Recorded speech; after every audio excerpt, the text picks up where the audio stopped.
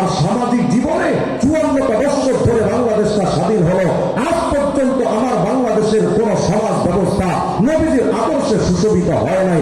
আমাদের সমাজে কালচার চলে, বিদেশি কালচার। বাংলাদেশে যখন যেই নেতারা ক্ষমতায় আসে, রাষ্ট্রীয়ভাবে সামাজিকভাবে আমাদের দেশে কালচারকে ভাড়া করে হয়তো আমেরিকার লাল কুত্তাদের কালচার, অথবা চুনচাল ভুন্ডাল চাইনার কালচার, অথবা গরুর মুখ হয় ইন্ডিয়ার মোদীদের কালচার। আমাদের সমাজের মধ্যে অত্যন্ত মেহেরবানি করে আপনাকে আমাকে আখিরি জামানা উম্মত হিসেবে কবুল করেছেন। শেষ জামানা নবীর উম্মত হতে পারা এটা বিরাট বড় সৌভাগ্যের ব্যাপার। এটা আল্লাহ পাক সবাইকে দেন না।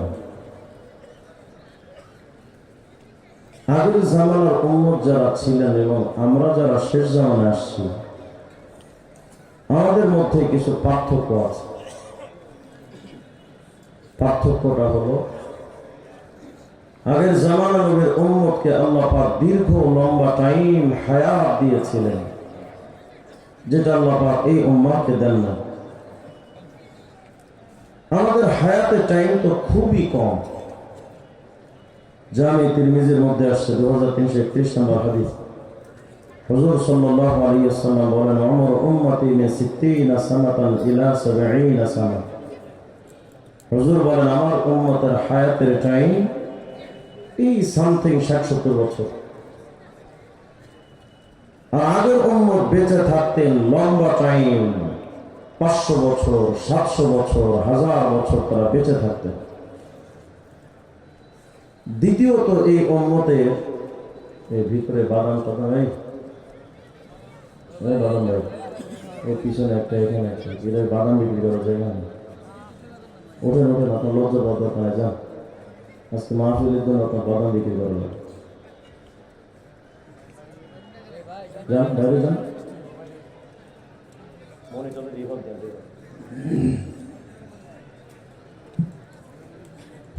তো আগের উম্মতের হায়াতে তো লম্বা টাইম ছিল।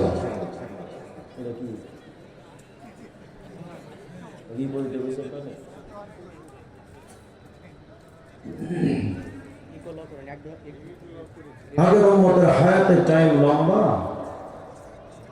আর আমাদের হায়াতের টাইম তো খুবই কম। দ্বিতীয়ত, এই উম্মতের আরেকটা কমতি আল্লাহ পাক দিয়েছেন, সেটা হলো আমাদের শারীরিকভাবে আমাদের শক্তি কম। আগের উম্মতের শরীরে প্রচুর পরিমাণ শক্তি ছিল, যেটা এই উম্মতকে আল্লাহ দেন না। তাহলে আমাদের হায়াতের টাইমও কম, শরীরে আমাদের শক্তিও কম। শুধু তাই নয়, আগের উম্মতের জামানায়, হার জামানায় কোনো না কোনো নবী ছিলেন। প্রত্যেকটা জাতির কাছে আল্লাহ নবী পাঠিয়েছিলেন, যে কারণে ওই জামানায় কোনো ফিতনা মাথা চাড়া দিতে পারত না। কোনো ফিতনা যদি দাঁড়িয়ে যেত মুসলমানদের বিরুদ্ধে, তো নবী বলে দিতেন যে এটা ভণ্ড, তো শেষ। কিন্তু আমরা এমন একটা জামানায় আসছি, যে জামানায় তো নবী নাই। আমাদের নবী তো চলে গেছেন আগে। যেহেতু নবী নাই, কিয়ামত পর্যন্ত নবী আসবেনও না, যে কারণে ইসলাম বিদ্বেষী এবং কুফরি সংগঠনগুলোর একটা সুযোগ পেয়েছে তারা, যেহেতু নবী নাই। পীরের পায়ে সেজদা দিয়ে এরপর দাবি করে এরা কি হক্কানি।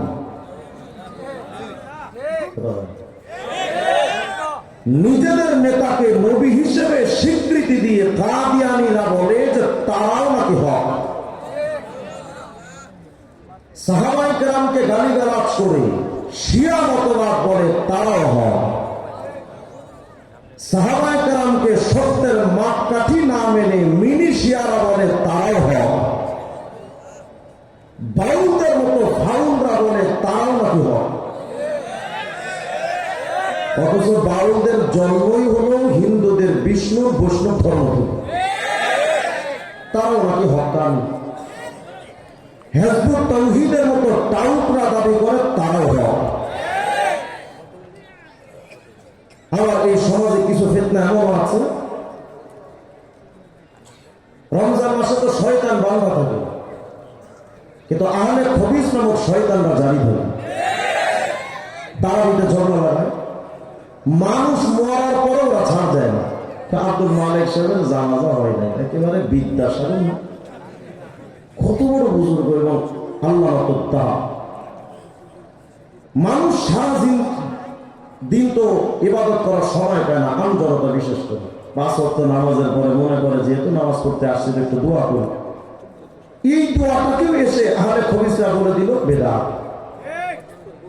আমরা এমন একটা জামানায় আসছি যে জামানায় একটার পর ফিতনা আর ফিতনা, কিন্তু যেহেতু নবী নাই, আমরা যদি ফতোয়া দিয়ে দেই, আবার কিছু উচ্চ শিক্ষিত সুশীল এরা দাবি করবে যে হুজুরদের কোনো কাম কাজ নাই, শুধু এক হুজুর আরেক হুজুরের বিরুদ্ধে ফতোয়া দেয়।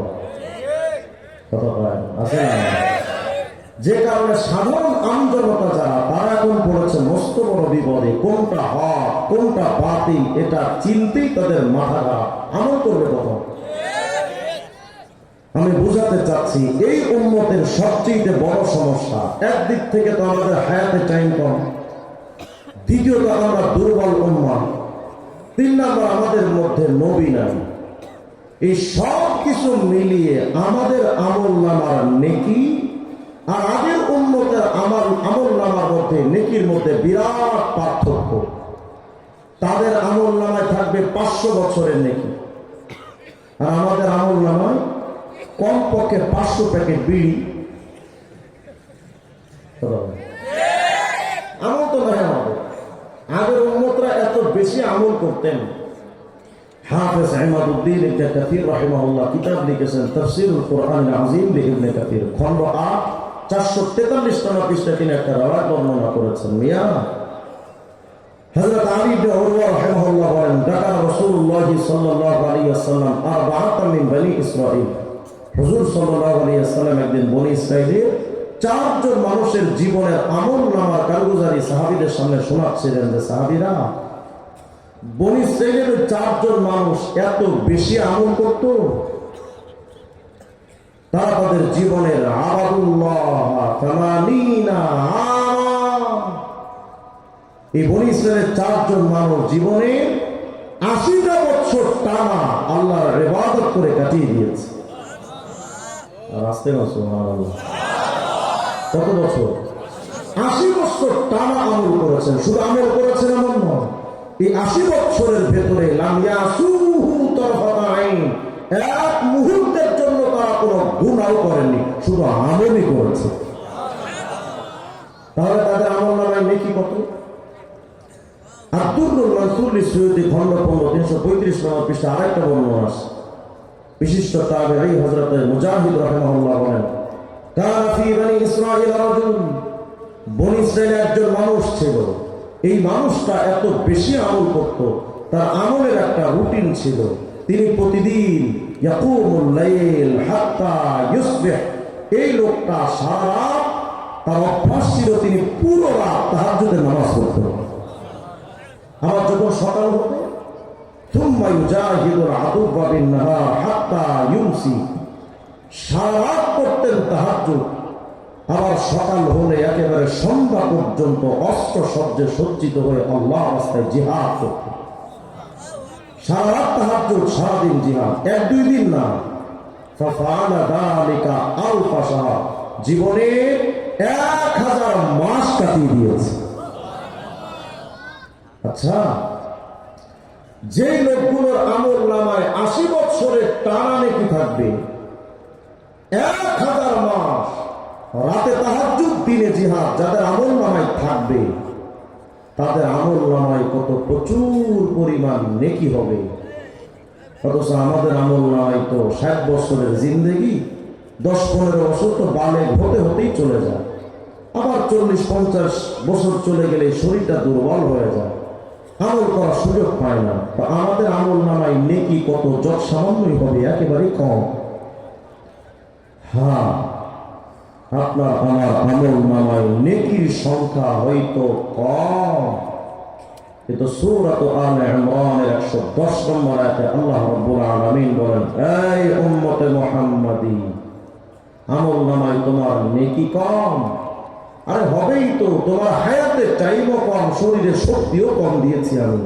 তবে শোনো, তোমার আমল নামায় নেকি কম হতে পারে, কিন্তু আমি আল্লাহর কাছে কুনতুম খায়রা উম্মাহ, অতীতের সকল উম্মতের চাইতে তোমাদের মর্যাদা আমি আল্লাহর কাছে সব চাইতে বেশি।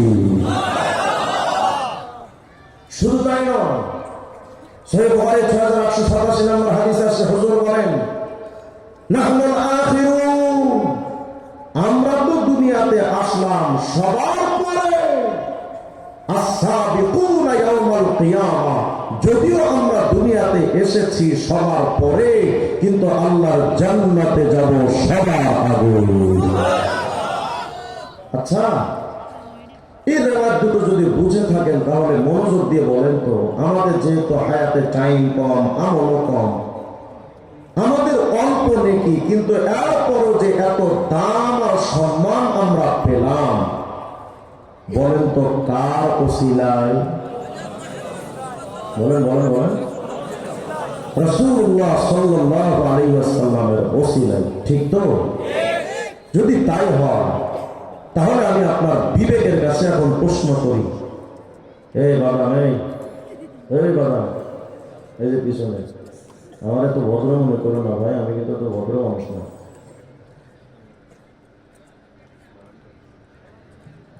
তোমার যদি একবার এখান থেকে দেখি, আমি নিজে কিন্তু আসবো তোমার কাছে।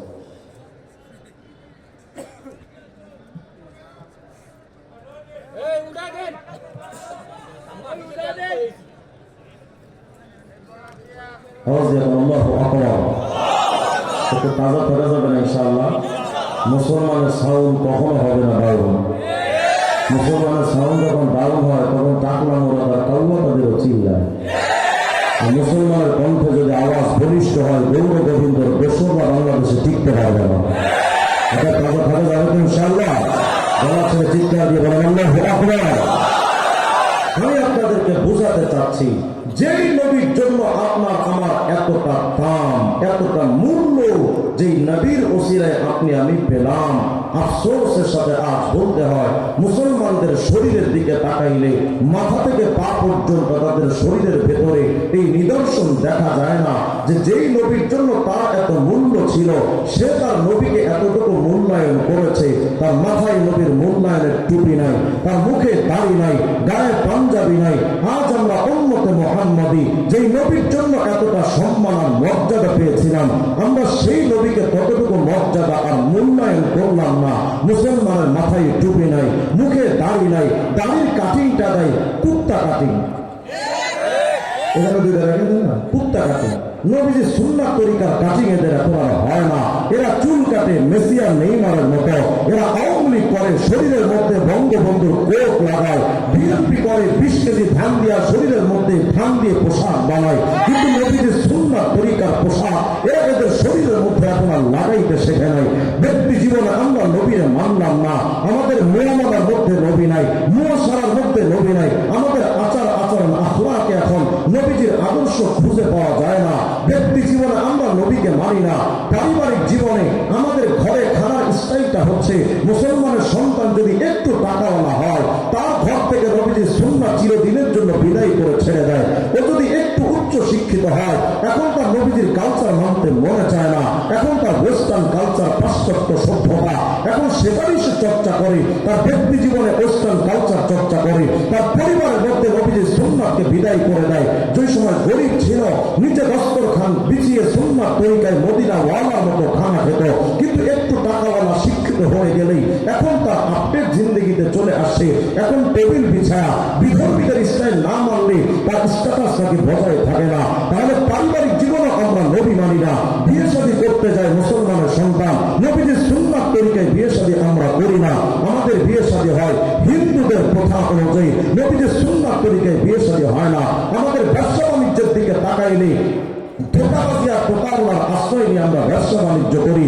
আফসোসের সাথে বলতে হয়, নবীজির আদর্শ তো ছিল আত্তাজুল সাদুকুল আমিন মাআন নবিয়্যিন ওয়াস সিদ্দীকিন ওয়াস শুহাদা ওয়াস সালিহিন।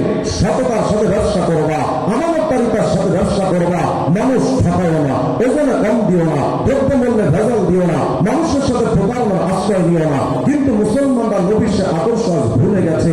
যদিও দেখবেন সমাজে ব্যবসায়ীরা, হিন্দু ব্যবসায়ী মানুষকে ঠকায় না, সাধারণত হিন্দুরা, কোন হিন্দু মানুষকে ঠকায় না, ওজনে কম দেয় না, দ্রব্যমূল্যে ভেজাল দেয় না। এই আদর্শ তো ছিল মুহাম্মদুর রাসূলুল্লাহ সাল্লাল্লাহু আলাইহি ওয়াসাল্লামের আদর্শ। ওই আদর্শে উজ্জীবিত হওয়া দরকার ছিল সর্বপ্রথম উম্মতে মুহাম্মাদী। কিন্তু আমরা নবীর সে আদর্শকে বিতাড়িত করে দিয়েছি।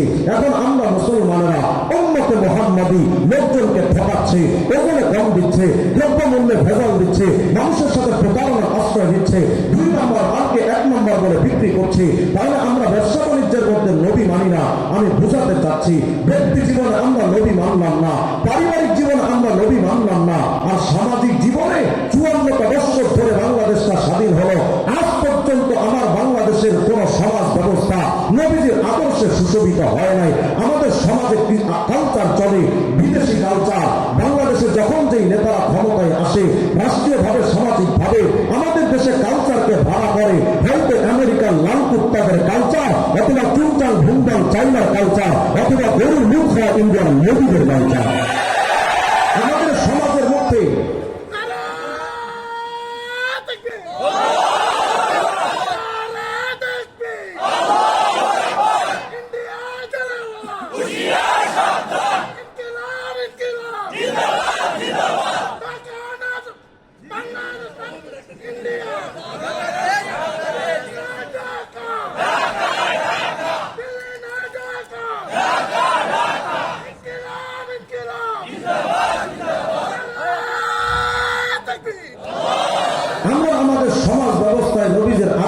ফলো করি না।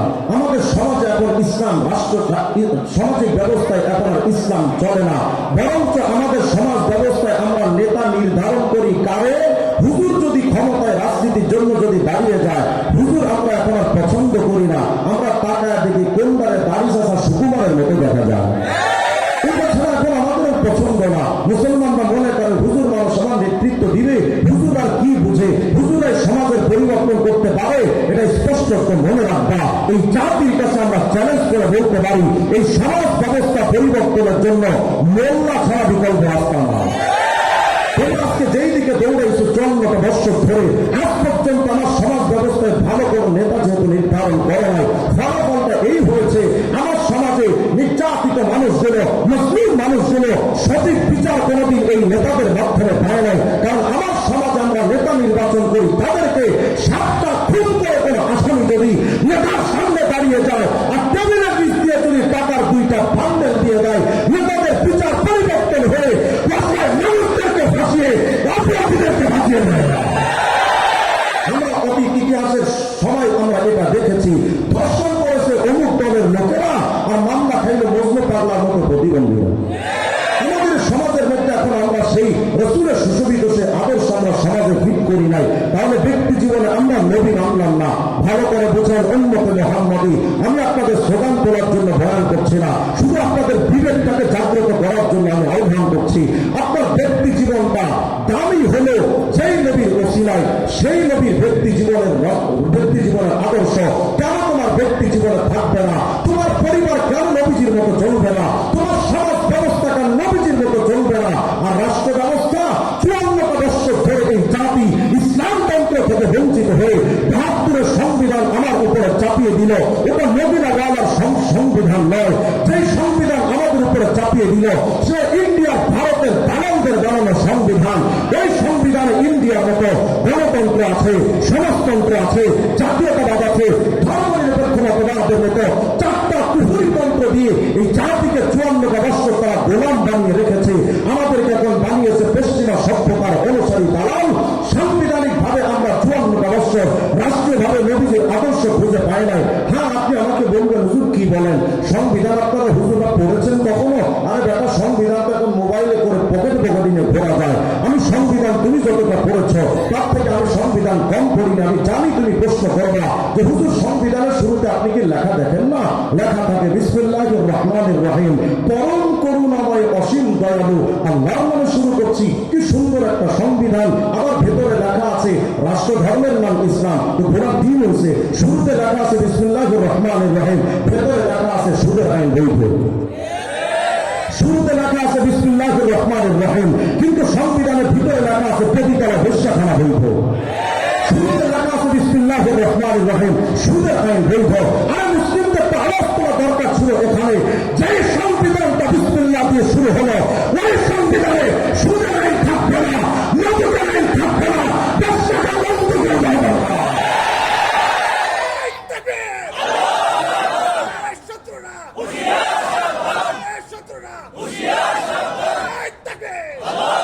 এই সংবিধান এখন মুসলমানরা আমরা নিজেদের বলে দাবি করে নিয়েছি। আমার 54টা বৎসর ধরে সেই সংবিধান আমার উপরে চাপিয়ে দেওয়া হলো। তন্ত্রমন্ত্র হিসেবে আইনের ব্যাপারে আমাদের উপরে চাপিয়ে দিল কি?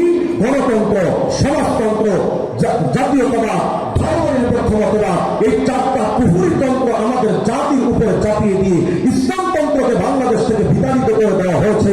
মুসলমানদের তো উচিত ছিল, আমার নবী আমি তো ইসলাম ধর্ম ছাড়া আমার ব্যক্তি জীবন চলবে না, পরিবার চলবে না, সমাজ চলবে না, রাষ্ট্র চলবে না। রাষ্ট্র ব্যবস্থায় আমি লেনিনের কালমার্ক্সের আইন মানি না, মাউসেতুল আব্রাহাম লিঙ্কনের আইন মানি না, রাষ্ট্রীয়ভাবে আমি মুহাম্মদের আইন চাই। এই স্লোগান তো আমাদের মুসলমানের তোলা দরকার ছিল, কিন্তু আমরা সেই স্লোগানটা তুলব না। কারণ আমরা মনে করেছি ইসলাম মানে শুধু টুপি মাথায় দেওয়া, ইসলাম মানে শুধু গায়ে পাঞ্জাবি লাগানো, ইসলাম মানে শুধু মসজিদে গিয়ে নামাজ আদায় করা আর হজ যাকাত আদায় করা, বাস এখানেই আমাদের ইসলাম সীমাবদ্ধ। মনে রাখবা উম্মতে মুহাম্মাদি, আল্লাহ বলেছেন আল ইয়াউমা আকমালতু লাকুম দীনাকুম ওয়া আতমামতু আলাইকুম নি'মাতি ওয়া রাদিতু লাকুমুল ইসলাম দীনা।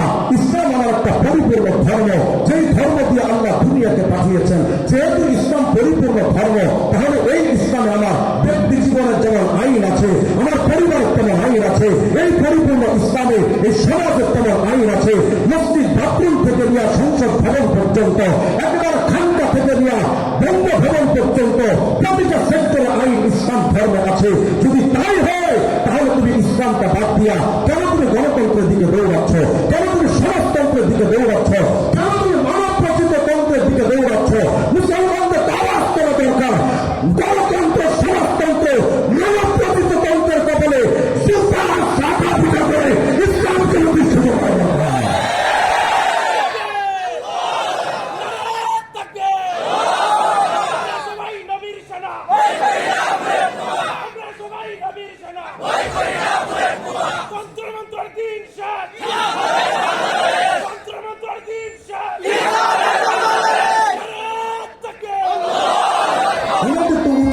সেইটা করা। এরা আমরা যখন বলি যে ভাই ইসলামতন্ত্র কায়েম করেন, কিছু কিছু মূর্খ সুশীলরা কয় যে হুজুর কি বলেন, এই 1500 বছর আগে ইসলাম এই ডিজিটাল যুগে চলে। হ্যাঁ বললাম 1500 বছর আগের ইসলাম যদি না চলে, তাহলে তো 2000 বছর আগের গ্রিসের অ্যাথেন্সে তৈরি হওয়া গণতন্ত্র কেমনে চলে? যদি 2000 বছর আগে গ্রিসের তৈরি হওয়া অ্যাথেন্সের গণতন্ত্র যদি সমাজে চলতে পারে, আমার ইসলামতন্ত্র নিয়ে যেই পুলাউদারের বাচ্চা কথা বলবে তার জিহ্বাটা ছিঁড়ে হবে। এরা মনে করে যে হুজুর 1400-1500 বছর আগের ইসলামতন্ত্র যদি কায়েম হয়ে যায়, তাহলে তো মোহাম্মদ তো দেখা যাবে রাষ্ট্রীয় মডেল হয়ে যাবে। তো তোরা মডেল মানিস কারি? Lenin, Karl Marx, Mao Tse-tung, Abraham Lincoln, Zia Ershad আর মুজিবুর রহমান, মুমতাজ ভাবিয়া কাকলা মুরাদ। আরে বেটা, তো Lenin, Karl Marx, Mao Tse-tung, Abraham Lincoln, Einstein, Newton, Maxwell, Charles Darwin, Aristotle, Ibn Sina, তোমার গোটা দুনিয়ার সুপার পাওয়ার আমেরিকার ডোনাল্ড ট্রাম্প, আর চুনচান ভুমপান চাইনার প্রেসিডেন্ট, রাশিয়ার প্রেসিডেন্ট, আর গণমুক্ত ইন্ডিয়ার মোদি, গোটা দুনিয়া সমস্ত নেতাদেরকে যদি এক পাল্লায় রাখা হয়, আমার নবীর পায়ের ধুলা সমান হবে না। যদি তাই হয় তাহলে নবীকে বাদ দিয়ে তুমি কেন লেনিনকে মানলা? কেন তুমি কালমার্ক্সকে মানলা? ভাবতেছো তুমি অনেক বড় শিক্ষিত। গোটা দুনিয়াবাসী যদি আমার নবীকে না মানে, আমার নবীর 4 পয়সার কোনো ক্ষতি হবে না। তুমি আমি নবীকে না মানলে কি হবে? 18 কোটি জনগণ যদি নবীকে না মানে, 800 কোটি মানুষ যদি আমার নবীকে না মানে, আমার নবীর কিচ্ছু আসে যায় না। হয়তো আপনি আমি নবীকে মানতে পারি না, কিন্তু আপনার আমার নবীকে মেনে গেছেন কারা? খোলেন আর সিরাজুল মুনির নামক কিতাব, খন্ড খণ্ড 3 পৃষ্ঠা 15 মধ্যে তালাশ করে দেখবেন রাওয়াত মেরাজের রাতের ঘটনা। নবীজির সাথে ছিলেন জিবরিল আমিন। ইসরা এবং মেরাজের রাত মসজিদে হারাম থেকে মসজিদে আকসা। হুজুর যখন সাথে গেলেন জিবরিল আলাইহিস সালাম নবীজিকে নিয়ে হারাম শরীফ মক্কা থেকে নিয়ে ফিলিস্তিনের বাইতুল মুকাদ্দাস পর্যন্ত পৌঁছে গেলেন। গভীর রাত নবীজিকে নিয়ে যখন মসজিদে আকসায় ঢুকলেন, জিবরাইল সাল্লাল্লাহু ওয়া জিবরাইল কুল্লু ওয়াহিদ রাকাতাইন 2 রাকাত নামাজ আদায় করলেন। নবীও পড়লেন, জিবরিল আমিনও পড়লেন। কিন্তু নামাজ শেষে জিবরিল আমিন তাকায় দেখলেন, আহারে আজকে যে নেতা এখানে এসেছেন, মুহাম্মদ তো শুধু সাধারণ দুনিয়ার কোন নেতা না। এরা মনে করে মুহাম্মদ শুধু ভারতের নেতা। বেটা, মুহাম্মদ ভারত থেকে আরব পর্যন্ত, ওয়াশিংটন থেকে দিল্লির লালকেল্লা পর্যন্ত, 7 জমিন আসমান থেকে তাহতা ফারাইল আরশ পর্যন্ত প্রতিটা সৃষ্টির নেতা একমাত্র মুহাম্মদ রাসূলুল্লাহ। এত বড় একজন নেতা এসেছেন আজকে মসজিদে আকসায়। আমার ভাই শানে রিসালাতে কি আপনাদের আলোচনা করব? আমার নবীর আলোচনা তো আমার মতো ক্ষুদ্র মানুষের জবান থেকে হওয়াটা নবীর সম্মানের প্রতি বরং আরো কালিমা লেপন করা। এত মহান ব্যক্তির নাম এই নাপাক জবানে আলোচনা করব কিভাবে, দুঃসাহস কিভাবে হয়? তবে আমাদের আকাবের আসলাফে লিখে যাওয়া হাদিস থেকে বর্ণিত নকলগুলো, হাদিস আসারগুলো তো নকল করতে পারি। হাবিবে কিবরিয়া যখন মসজিদে আকসায় আসছেন, জিবরিল আমিন তাকায় দেখলেন এই রাত্রিবেলা মসজিদে আকসায় কোনো লোকজন নাই, কিন্তু এমন মহান একজন নেতা তো আসছেন, তাকে তো স্বাগতম জানানো দরকার, আহলান ওয়া সাহলান মারহাবা জানানো দরকার। কিন্তু কে জানাবে? মসজিদে আকসায় তো সাধারণ কোনো মানুষ ছিল না, যেহেতু রাত্রিবেলা। হযরত জিবরিল আমিন দেখলেন না, এভাবে চলে না। ফাআদনা জিবরাইল আল মালায়েকা, জিবরিল আমিন এবার ফেরেশতাদেরকে ডাক দিলেন। মুহূর্তের মধ্যে নাযারাত মিনাস সামা, আসমান থেকে কাতারে কাতারে সকল ফেরেশতারা নেমে আসলো। ওয়া হাশারাহু জামিআল মুরসালিন ওয়াল আম্বিয়া, সমস্ত নবীদেরকে হাজির করা হলো, রাসূলদেরকে হাজির করা হলো। মুহূর্তের মধ্যে নির্জন মসজিদে আকসা লোকে লোকারম্ভ হয়ে গেছে। আসছেন কারা আজকে মসজিদে আকসায়? কেউ বা নবী, কেউ বা রাসূল, কেউ বা ফেরেশতা। এসেছেন কেন? আমার নবীজির সংবর্ধনা দেওয়ার জন্য। নবীজির সাথে আজকে মোলাকাত হবে। কি চমৎকার এক দৃশ্যায়ন হয়েছে আজকে মসজিদে আকসায়। প্রত্যেকটা কাতারে, প্রত্যেকটা জায়গায় মসজিদে আকসার প্রতিটা কর্নারে কাতারে কাতারে প্রত্যেকটা জায়গায় লোকজন দিয়ে লোকে লোকারণ্য। কেউ বা নবী, কেউ বা রাসূল, কেউ বা ফেরেশতা। কি চমৎকার একটা দৃশ্য। ফাআরাফান নবী আন নবিয়্যিন, আপনার আমার নবী তাকালেন, তাকিয়ে চিনতে পারলেন। মিন বাইনি কাইম ওয়া রাকা ওয়া সাজিদ, হুজুর তাকালেন, কোন নবী দাঁড়িয়ে আছেন, নামাজ পড়ছেন, রুকুতে আছেন, সেজদায় আছেন। আল্লাহর হাবিব তাকালেন, ওই যে বাবা আদম, ওই যে খলিলুল্লাহ ইব্রাহিম, ওই যে কালিমুল্লাহ মূসা, রূহুল্লাহ ঈসা, জবিহুল্লাহ ইসমাঈল, ইউসুফ, ইউনুস, ইয়াকুব, শীস, দাউদ, ইয়াহইয়া, জাকারিয়া। পুরো মসজিদে আকসার মধ্যে আম্বিয়া কেরাম আলাইহিমুস সালাতু ওয়াস সালাম দিয়ে ভরপুর হয়ে গেছে। আল্লাহর হাবিব সবার দিকে তাকাচ্ছেন। ইতিমধ্যে ফাআযানা মুআদ্দিন, কেউ একজন আযান দিয়ে বসলো। ওয়াকিমাতিস সালাহ, ইকামত হয়ে গেল। আযান ইকামতের পর ফাকামু সুফুফা, সবাই কাতারবন্দি হয়ে দাঁড়িয়ে গেছেন। যেহেতু মসজিদে আযান ইকামতের পর কাতারবন্দি হয়ে নামাজের প্রস্তুতি চলে, সমস্ত নবীগণ দাঁড়িয়ে গেছেন মসজিদে আকসা। কল্পনা করেন তো, মসজিদে আকসার প্রত্যেকটা কাতারে কাতারে কাতারে কাতারে মুসল্লি মুক্তাদি দিয়ে ভরা, কিন্তু এই মসজিদে আকসার কাতারে আজকে মুসল্লি কারা? কেউ বা নবী, কেউ বা রাসূল, কেউ বা ফেরেশতা। আল্লাহু আকবার বলেন না? কি চমৎকার একটা মসজিদের জামাত আজকে তৈরি হবে। সবাই তো দাঁড়িয়ে গেছেন, পিনপতন নীরবতা, কিন্তু ফাকামু সুফুফা ইয়ান্তাজিরুনা মাইয়া উম্মুহুম। আরে উম্মতে মুহাম্মাদি, তোমার নবীকে তুমি চিনো না যে তোমার নবী কতটা দামি? সমস্ত নবীরা দাঁড়ায়া, রাসূলরা দাঁড়ায়া, ফেরেশতারা দাঁড়ায়া জামাতের সাথে নামাজ আদায় হবে, কিন্তু ইমামতের মুসল্লা খালি। কে করবেন ইমামতি? ইয়ান্তাজিরুনা মাইয়া উম্মুহুম। বাবা আদম না, তিনি তো সাহস করে সামনে যায় না। খলিলুল্লাহ ইব্রাহিম, তারও হিম্মত হয় না ইমামতের মুসল্লায় যেতে। হযরতে জিবরিল আলাইহিস সালাম দেখলেন ইমামতের মুসল্লা খালি, কে করবেন ইমামতি? জিবরিল আমিন আসছেন। ফাআখাযা জিবরিল বিয়াদিহি সাল্লাল্লাহু আলাইহি ওয়াসাল্লাম ফাকাদ্দামা, আপনার আমার নবীর হাতটা ধরে জিবরিল আমিন বলেছিলেন, ওগো মুহাম্মদুর রাসূলুল্লাহ, আজকের এই দামি জামাতে ইমামতি করার সৌভাগ্য কার হতে পারে? নবী আপনি সামনে এগিয়ে যান, নবী রাসূল ফেরেশতাদের ইমাম হয়ে যান। যেই নবীকে হযরত জিবরিল আমিন পর্যন্ত মানতে পারলেন, যেই নবীকে আদম থেকে ঈসা নবী আলাইহিস সালাম সবাই মানতে পারলেন, যেই নবীকে সমস্ত ফেরেশতারা মানতে পারলেন, আহারে উম্মতে মুহাম্মাদি তোমার কি হলো? তুমি সেই নবীকে মানতে পারো না। তুমি একটু শিক্ষিত হলেই তুমি এখন ওয়েস্টার্ন কালচার, পাশ্চাত্য প্রভুদের আদর্শ তুমি তোমার মধ্যে ধার করছো। তুমি সেই বেঈমানদের আদর্শ তোমার মধ্যে লালন করো। আজকে মুসলিম উম্মাকে যদি প্রশ্ন করি, আরে ভাই একটু দাড়িটা রাখেন না, টুপিটা মাথায় দেন না, গায়ে পাঞ্জাবিটা তো লাগান, মুসলমানের কণ্ঠ থেকে আওয়াজ আসে, হুজুর কি বলেন? দাড়ি টুপি পাঞ্জাবি লাগলে হুজুর লজ্জা লজ্জা লাগে, শরম লাগে। শোনো উম্মতে মুহাম্মাদি, যেই দাড়ি টুপি পাঞ্জাবি নিয়ে ঘুরতে আজ তোমার লজ্জা হয়, আগামীকাল কিয়ামতে ওই দাড়ি টুপি পাঞ্জাবি নূর ছাড়া কিয়ামতের ময়দানে দাঁড়াইতে ভয়ে তোমার অন্তরাত্মা ভয়ঙ্কর ভাবে একেবারে ভূমিকম্পের মতো থরথর করে কাঁপতে থাকবে। তোমাকে কেউ বাঁচাতে আসবে না। তুমি তোমার নবীকে চিনলা না? আল্লাহর হাবিব বলেন, শোনো, লাউনাজালা মুসা জামে সগীরের 7674 নম্বর হাদিস, নবী বলেছেন, শোনো, এই জামানায় যদি মুসা নবীর যদি আগমন হয়, তোমরা যদি মুসা নবীকে মানতে শুরু করে দাও, অতরা তোমরাও নেই, আমি মুহাম্মদকে বাদ দিয়া যদি তোমরা মুসা নবীকে মানতে শুরু করে দাও, না গেলাম অবশ্যই তোমরা পথভ্রষ্ট হয়ে যাবে। নবীজি আরো বললেন, শোনো, লাউকানা মুসা হাইয়া, এই জামানায় যদি মুসা নবী জীবন্ত থাকতেন, মা ওয়াসিয়াহু ইল্লা ইত্তিবাই, মুসা নবীর জন্য আমি মুহাম্মদকে মানা ছাড়া আর কোন বিকল্প রাস্তা ছিল না। আরে এজন্যই তো কিয়ামতের আগে জলিলুল কদর নবী, নতুন শরীয়তধারী নবী ঈসা ইবনে মারইয়াম আসবেন এই দুনিয়াতে, কিন্তু ঈসা নবী নিজের আগের ধর্ম পালন করতে পারবেন না। আমার নবীর মতো টুপি পরবেন, আমার নবীর মতো দাড়ি থাকবে, আমার নবীর মতো পোশাক পরবেন, ইসলামী শরিয়ার প্রত্যেকটা বিধানগুলো পুঙ্খানুপুঙ্খভাবে হযরত ঈসা নবী মানবেন। আমি জানতে চাই আপনার কাছে, যেই জামানায় নবীদের জন্য আমার নবীকে বাদ দিয়া অন্য কাউকে মানা বৈধ নয়, সেই জামানায় আমার নবীকে বাদ দিয়া কোন পীর মানা যাবে, কোন ফকির মানা যাবে, কোন নেতা মানা যাবে?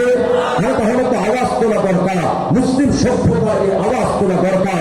আজকে থেকে মুসলিম উম্মা, উম্মতে মুহাম্মদী আওয়াজটা তোলেন। আমি আমার ব্যক্তি জীবন থেকে পা পর্যন্ত, আমার পারিবারিক জীবন, আমার সামাজিক, আমার রাষ্ট্র, আন্তর্জাতিক অঙ্গন, যেই ক্ষেত্রে নবীর আইন থাকে না, আমার বাপমা যদি নবী বিরুদ্ধে আমাকে চলতে বলে, আমি আমার বাপমা চিনি না। আমার সন্তান যদি আমার নবীর বিরুদ্ধে চলতে বলে, আমি আমার সন্তান চিনি না। আমি শুধু বাপমার সন্তান কেন, রাষ্ট্রপতি প্রধানমন্ত্রী যদি নবীর বিরুদ্ধে চলতে পারে, রাষ্ট্রপতি প্রধানমন্ত্রী কিচ্ছু জানি না।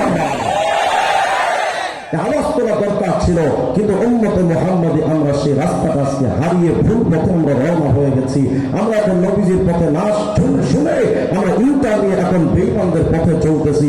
শোনো উম্মতে মুহাম্মাদি, ইমাম শাফি রাহমাতুল্লাহ আলাইহির মাযহাবের এক আলেমের একটা কিতাব পড়েছিলাম মাঝে, রিয়াদুর রাকায়েক ওয়া হিয়াদুল হাকায়েক। এই কিতাবের 153 নম্বর পৃষ্ঠার মধ্যে একটা চমৎকার তথ্য পেয়েছিলাম। আমাদের নবীর নাম মুহাম্মদ না? মুহাম্মদ শব্দ লিখতে কয়টা অক্ষর লাগে বলেন তো? অনেকে জানেন। আমি যদি জিজ্ঞাসা আকিস বিড়ির প্যাকেটে বিড়ি কয়টা থাকে, মাঝে এক জায়গায় জিজ্ঞেস করছি এক চাচাইকে, হুজুর 25টা করে। এটা আমরা জানি, কিন্তু নবী মুহাম্মদ শব্দ লিখতে কয়টা অক্ষর লাগে উম্মতে মুহাম্মাদি জানে না। আফসোস বা আফসোস, মুহাম্মদ শব্দ লিখতে 4টা অক্ষর লাগে। বলেন কয়টা?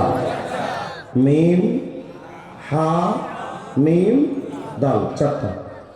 তো শামসুদ্দিন রাহিমাহুল্লাহ আশ-শাফি তিনি লিখতেছেন, মিয়া মুহাম্মদ রাসূলুল্লাহ এই মুহাম্মদ শব্দের 4টা অক্ষরের সমষ্টিত মুহাম্মদ। এই মুহাম্মদের অর্থ তো একটা আছে প্রশংসিত, কিন্তু এই মুহাম্মদ শব্দ লিখতে যে 4টা অক্ষর আছে, আলাল ইনফিরাদ, আলাদা আলাদা, প্রত্যেকটা হরফের আলাদা আলাদা অর্থ আছে।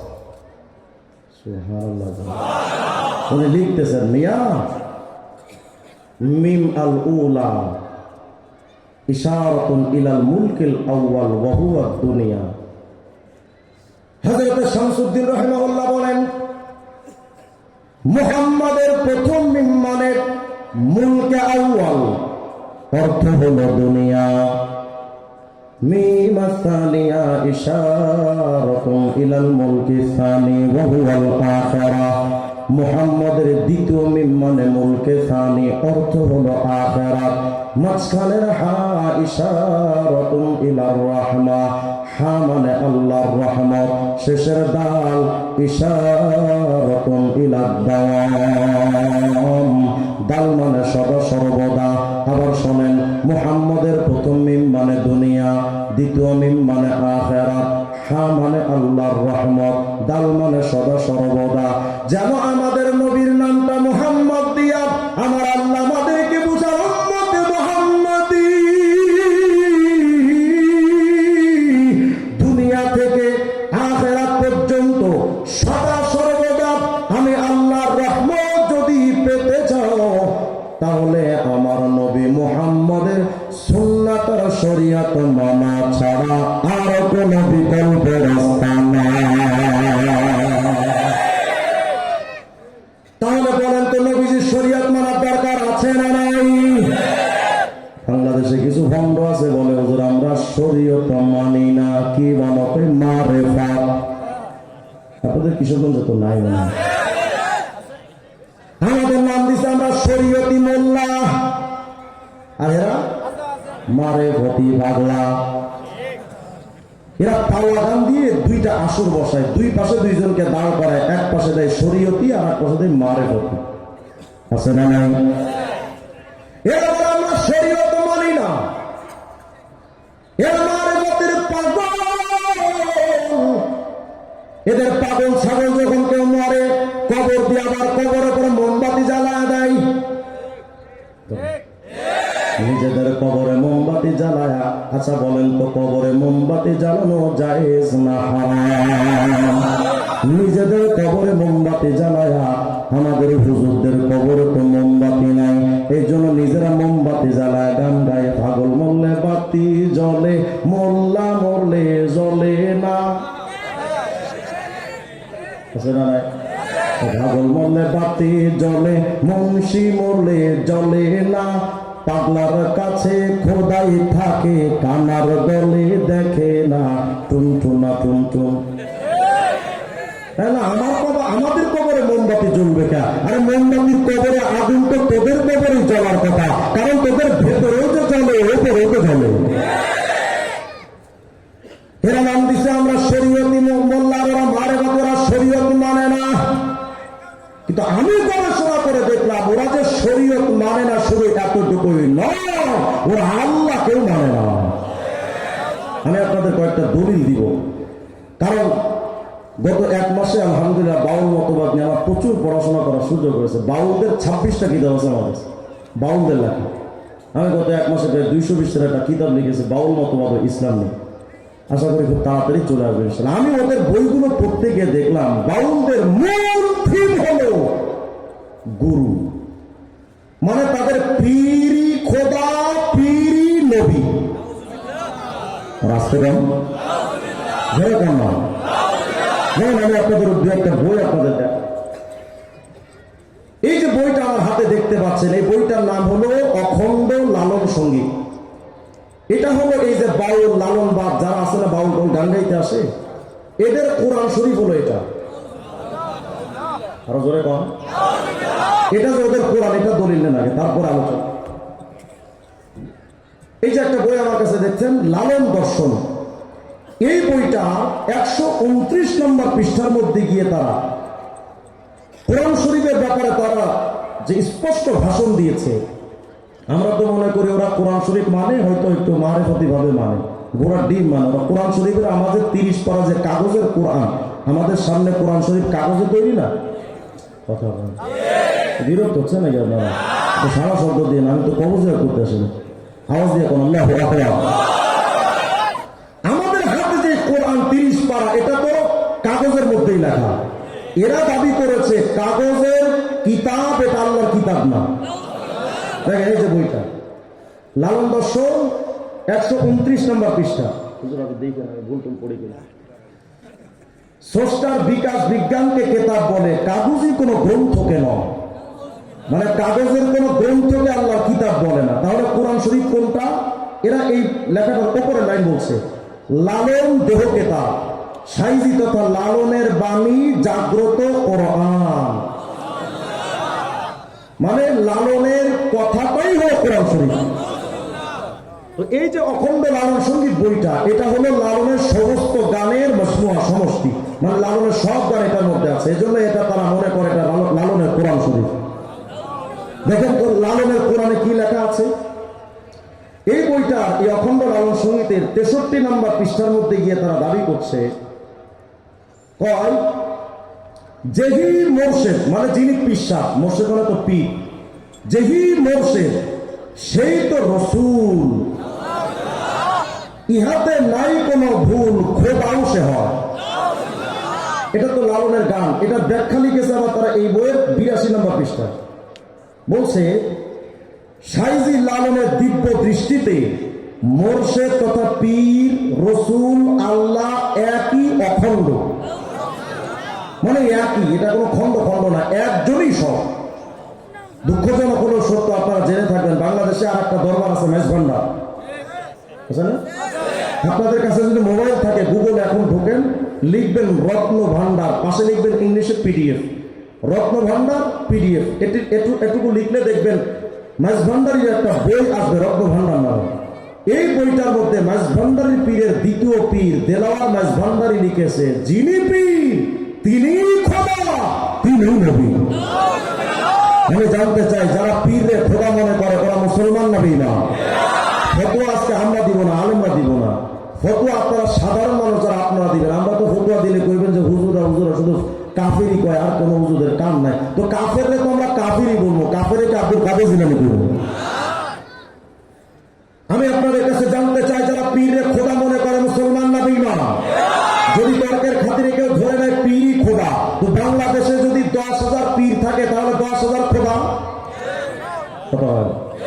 অথচ আল্লাহু লা ইলাহা ইল্লাহু, আল্লাহ ছাড়া কোনো ইলাহ, কুল হুয়াল্লাহু আহাদ, আল্লাহ লা ইলাহা ইল্লাল্লাহ, আল্লাহ ছাড়া কোনো ইলাহ। অথচ এরা দাবি করে বসেছে সমস্ত পীরই খোদা, পীরই রাসূল। যদি কেউ ধরে নেয় যে ঠিক আছে ওদের পীর খোদা, পীর যদি খোদা হয় তাহলে তো খোদায় মরার কথা না, কিন্তু এদের পীররা তো কয়েকদিন পরই ঠাড়া করে মরে। বলেন এদের পীর কি খোদা হতে পারে? এজন্যই এদের একজন শিল্পী ছিল শাহ আব্দুল করিম, মুরব্বীরা চিনবেন। শাহ আব্দুল করিম তার গানের মধ্যে বলেছিল, আমি আসমানি খোদারে পুজো করি না, যেই খোদারে দেখা যায় ওই খোদারে মানে। তার মানে তারা পীরে খোদা মনে করে, খোদারে দেখা যায় খোদারে মানে। এই জন্য গত কিছুদিন আগে আবার বাংলাদেশের এক শিল্পীকে আবুল সরকার, না আবুল সরকার আছে না একটা, আবুল না আবুল না, আবুল সরকার একটা গান বানাইছে, কল আল্লাহ প্রেমের বান্দা হইয়া আমার বাইচা থাকার আশা নাই। আমরা প্রেমিক হতে চাই কার? আর এরা কয় আল্লাহ প্রেমের বান্দা হইয়া আমার বাইচা থাকার আশা নাই, তবে রশিদ চাঁদের কাফের হইয়া আমি যেন মইরা যাই। আমি বললাম আমিন, তুই এমনি ঠাড়া উড়ে মর। আবার কয় কাবা ঘরের খাদেম হতে আমার মন চাইল না এই জগতে। আমার সরকারে নাকি কাবার খাদেম হইতে মন চাই না। কাবার খাদেম গুলো যদি এরা দেখে জুতা দিয়ে বিটা তাড়াই দিবে। কাবা ঘরের খাদেম হতে আমার মন চাইল না এই জগতে, তবে রশিদ চাঁদের পায়খানাতে আমি যেন চাকরি পাই। আমিন বলেন। এরা কি মানুষ না খারাপ? আপনি ভাবতেছেন আমি বাংলায় বলছি না, আপনি ইউটিউবে সার্চ দেন, এই যে কথাগুলো বলছি একেবারে আপনার সামনে নগদ প্রমাণ। এরা এই যে আল্লাহকে ডাকে না, পীরকে মানে, তার কারণ হলো এরা যে পীরের পায়ে সেজদা দেয়, বাবার কাছে সন্তান চায়, বাবার কাছে ভাগ্যের পরিবর্তন চায়, একমাত্র কারণ হলো তারা পীরের খোদাই মনে করে। আপনি আশ্চর্য হবেন, এই বাউলদের ইতিবৃত্তান্ত যদি আপনি পড়েন তো দেখবেন এই বাউলদের জন্ম হিন্দুদের বিষ্ণুর বৈষ্ণব ধর্ম থেকে। তারা নিজেরা তাদের বইয়ের মধ্যে লিখেছে যে আমাদের এই ধর্ম সহজিয়া বৈষ্ণব এবং সহজিয়া বৌদ্ধ ধর্ম থেকে আবিষ্কার, যে কারণে বাউলদের প্রায় সব কাজগুলো হিন্দুদের সাথে মিলে যায়। বরং তো যারা বাউলদেরকে মুসলমান, আর একটা প্রমাণ আপনাদের দেখেন, এই যে আর একটা বই কাছে দেখছেন।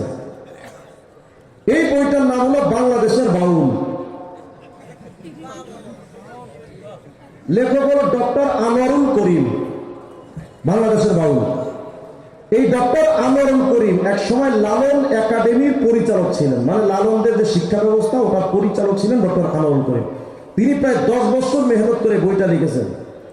এই বইটার মধ্যে 22 নম্বর পৃষ্ঠার মধ্যে যেটা লিখেছে এটা শুনলে তো আপনার মাথা খারাপ হয়ে যায়। এরা কত বড় বেঈমান। এটা বোঝার আগে ছোট্ট করে বুঝেন, কুষ্টিয়াতে একবার একটা মামলা হয়েছিল বাউলদের ব্যাপারে। তো বাউলদের পক্ষ থেকে মামলায় জজের সামনে শুনানিতে যারা আসছিল, বাউলদের মুখপাত্র হয়ে যে লোকটা আসছিল তার নাম হলো মন্টু শাহ। এই যে এখানে লেখাটা আমার বানানো হযরত মন্টু শাহ। এই মন্টু শাহ জজের সামনে দাঁড়িয়ে একটা ভাষণ দিয়েছিল। দেখেন তো, আমি শুধু তার ভাষণটা এখানে লেখা আছে, আমি তার ভাষণটা পড়বো। এরপরে যদি আপনাদের মনে হয় যে বাউলরা মুসলমান, তাহলে আপনি মুসলমান মনে করেন। আর যদি আপনাদের মনে হয় না এরা কাফের, তাহলে সমস্বরে আমাকে জবাব দিতে হবে, তখন আমি জবাব নিব। এখন নিব না, আগে শোনেন। দেখেন, বাংলাদেশের বাউল পৃষ্ঠা নম্বর 22। মন্টু শাহ বলেছিল, আমরা বাউল, আমাদের ধর্ম আলাদা, আমরা না মুসলমান না হিন্দু, আমাদের নবী সাইজি লালন শাহ। আর আসতে কর সকলে তো ওনার করে খাওয়া দাওয়া হয় না। আমরা না মুসলমান না হিন্দু, আমাদের নবী সাইজি লালন শাহ। তার গান তথা লালনের গান আমাদের ধর্মীয় শ্লোক, আমাদের ধর্মীয় বিধানের কোরআন এবং সুন্নাহ যেমন, লালনের গানটা হলো তাদের ধর্মীয় শ্লোক। সাইজি তথা লালনের মাজার আমাদের তীর্থভূমি, মানে কাবা। লালনের মাজার তাদের কাবা। আমরা যারা তার ভক্ত, আমরা সকলে এক বিশেষ নিয়মে ভেদ গ্রহণ করি। আমাদের সৃষ্টি নেই, মানে বিবাহ নেই, সন্তান জন্ম নেই। বাউলদের একটা বিশেষ একটা কাজ হলো ভেদ খেলাফত। ভেদ খেলাফত মানে মাঝে মধ্যে বাউলদেরকে যারা তারা যখন তাদের উঁচু মাকামে যখন পৌঁছে যায় তখন পাগড়ি পরা তাদের খেলাফত খেলাফত দেয়। এই খেলাফত পাওয়ার পরে তাদের আর বিয়ে করা টোটালি নিষেধ, বিয়ে করতে পারবে না। তারা হালাল বউ রাখতে পারে না, কিন্তু হারাম ভাবে 10, 15, 20, 30 জন সাধন সঙ্গিনী রাখতে পারে। দেখেন, বলছে আমাদের সৃষ্টি নেই, মানে বিবাহ নেই, সন্তান জন্ম নেই, আমাদের গুরুই রসুল, আমরা আলাদা একটি জাতি, আমাদের কালেমাও আলাদা, লা ইলাহা ইল্লাল্লাহ, লালন রাসূলুল্লাহ। এখন আপনারাই বলেন, এই বাউলরা মুসলমান না বেঈমান? তাহলে হুজুররা যে এদেরকে বেঈমান বলে, হুজুররা হক না বাতিল? এরপরে যদি আপনারা প্রশ্ন করেন বাউলদেরকে মুসলমান বললেওয়ালা হুজুর হক না, তাহলে বোঝা গেল তোর মাথায় টুকটাই পেশাব করছে, মাথা জীবনে ঠিক হবে না। আমি স্পষ্ট করে আপনাদের কাছে জানতে চাই, যেই বাউলরা নিজে দাবি করেছে আমরা মুসলমান না হিন্দু না, তাহলে আজকের পর থেকে অত্র অঞ্চল এবং আশেপাশে কোথাও কোন বাউল শরীয়ত নাম দিয়ে, আল্লাহ রাসূলের নাম দিয়ে, ইসলামের নাম ব্যবহার করে যদি ঢুকে যায়, জুতা দিয়ে পিটা দিয়ে আমরা তুলে নেওয়া দরকার।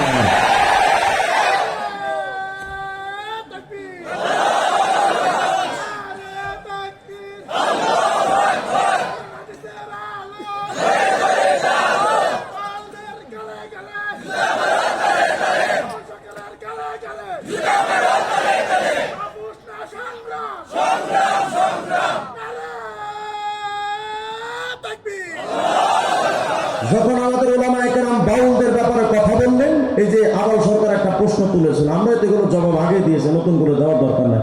আবুল সরকার যেগুলো বক্তব্য দিয়েছে আল্লাহর উপর, অধিকাংশ জাল হাদিস, কোনোটা জাল কিতাবেও না। সেটার জবাব আমরা অনলাইনে আপনারা খুঁজে নিন, এটা জবাব আগে দেওয়া হচ্ছে, ওগুলো দেওয়ার সময় নেই। যখন আবুল সরকার আল্লাহর উপরে প্রশ্ন তুলল, আলেম ওলামারা যখন বাউল মতবাদের ব্যাপারে গর্জে উঠলেন, হেফাজতে ইসলামের আলেম ওলামারা যখন ব্যাপকভাবে এটা নিয়ে আলোচনার কেন্দ্রবিন্দুতে তারা চলে আসলেন, সামনে এগিয়ে আসলেন, তখন আমরা দেখলাম ফরহাদ মাযহারের মতো নাস্তিক, ম্যাক মোল্লাদের মতো নাস্তিক এবং কমিউনিস্টের কিছু সদস্যরা ঢাকা ইউনিভার্সিটিতে মশাল মিছিল পর্যন্ত করেছে। প্রশ্ন হলো, বাউলদের পক্ষে কেন নাস্তিকরা যায়? এর প্রশ্নের জবাব এই মহাত্মা লালন বইয়ের মধ্যে আছে। আমি জানতে চাই, বাউলরা তারা যদিও দাবি করে যে তারা ধর্ম মানে, কিন্তু মূলত এই বাউলরা নাস্তিক্যবাদের গোপন এজেন্ডা বাস্তবায়ন করতে সামনে এসেছে। পার্থক্য হলো বাউলরা আল্লাহ রসুলের নাম নিয়ে কাজ করে, আর নাস্তিকরা আল্লাহ রসুলের নামের বিরুদ্ধাচরণ করে। এতটুকুই পার্থক্য, কিন্তু উভয় কাজ একই। আমি আপনাদের কাছে জানতে চাই, নাস্তিকরা কোনো ধর্ম মানে, বরং তারা এই সমাজকে অধার্মিক রাষ্ট্র বানানোর জন্য, ধর্মহীনতা, সেকুলারিজম প্রতিষ্ঠা করার জন্য তাদের মূল আদর্শ এবং চেতনা, তারা এই সমাজ থেকে ধর্ম উঠিয়ে দিতে চায়। আপনি আশ্চর্য হবেন, এই মহাত্মা লালন বইয়ের 118 নম্বর পৃষ্ঠার মধ্যে লালনের একটা গান লেখা আছে। গান লালন লিখেছে, জাত না গেলে পাইলে হরি, কিছার জাতের গৌরব করি, শুষ্ণে বলিয়ে লালন কয় জাত হাতে পেলে, জাত মানে ধর্ম, লালন কয় জাত হাতে পেলে পুরাতন আগুন দিয়ে।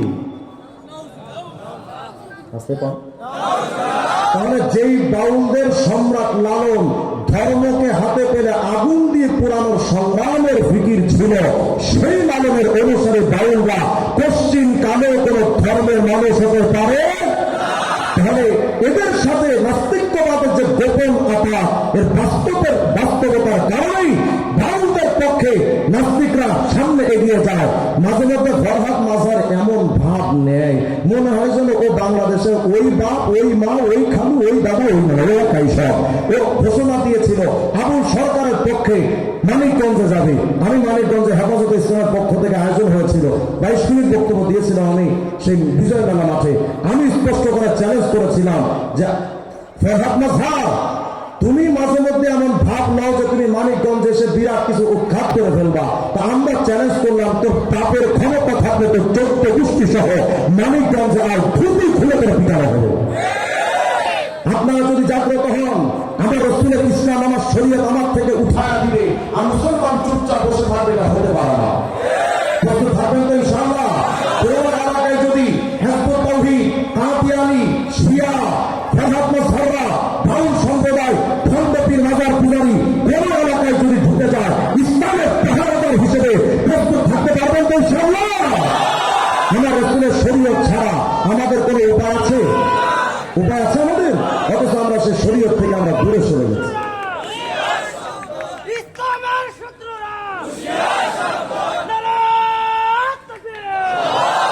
নারায়ে তাকবীর, আরো জোরে কও, নারায়ে তাকবীর।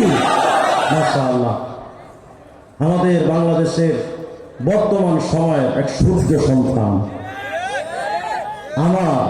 আমাদের 16 কোটি মুসলমানের রত্ন, এটা আমাদের গর্ব, মুফতি আরিফ বিন হাবিব।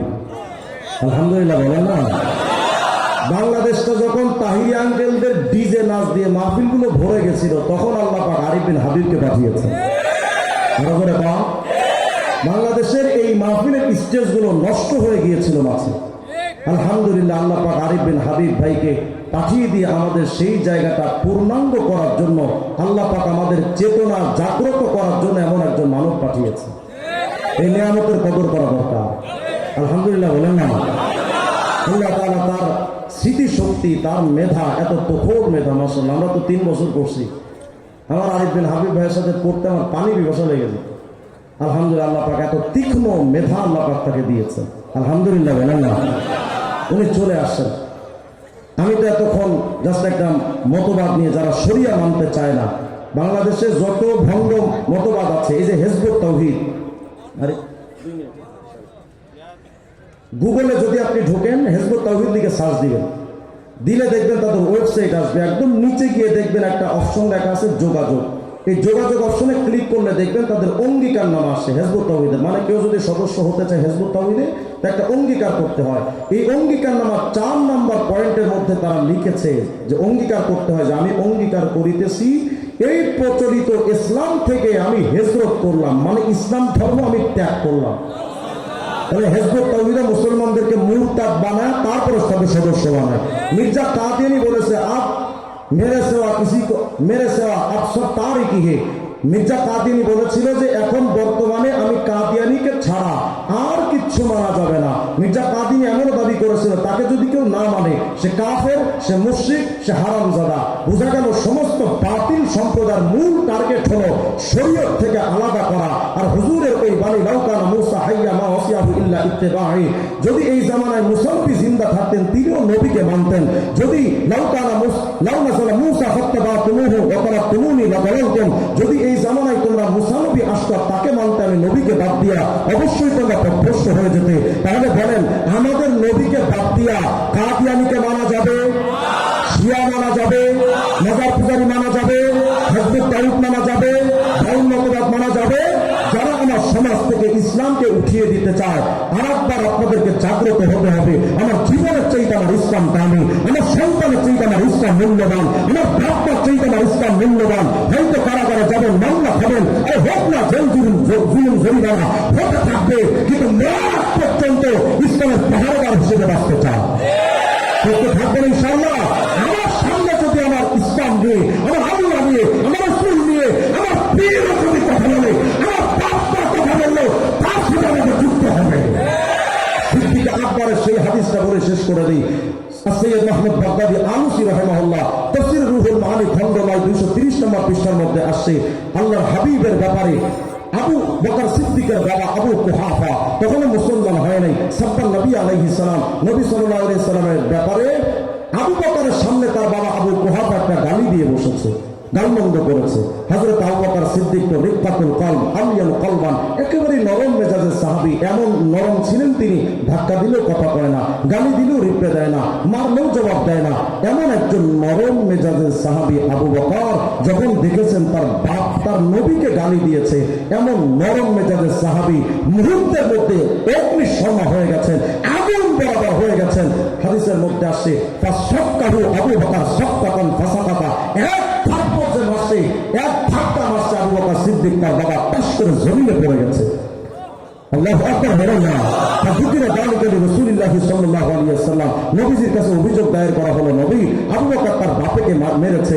আবু বকর রাদিয়াল্লাহু আনহু নবীকে ডাকলেন, আফআলতা ইয়া আবু বকর, হে আবু বকর এই কাজটা তুমি করেছো? জি নাম ইয়া রাসূলুল্লাহ, আমি করেছি।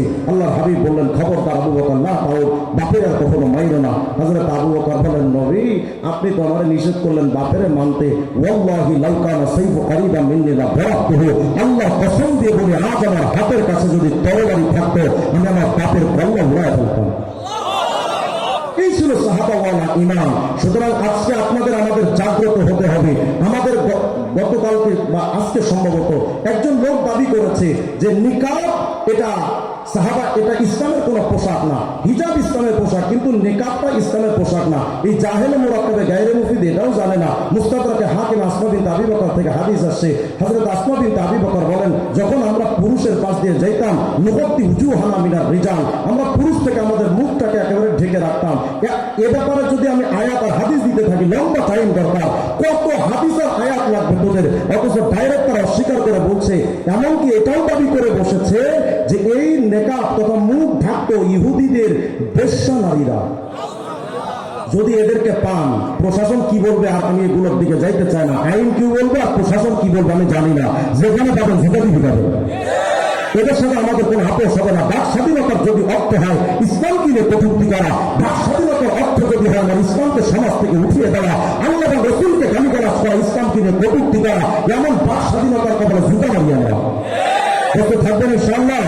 আল্লাহ তাআলা আমাদের সবাইকে সরিয়ে মেনে কবরে যাওয়ার তৌফিক দান করেন।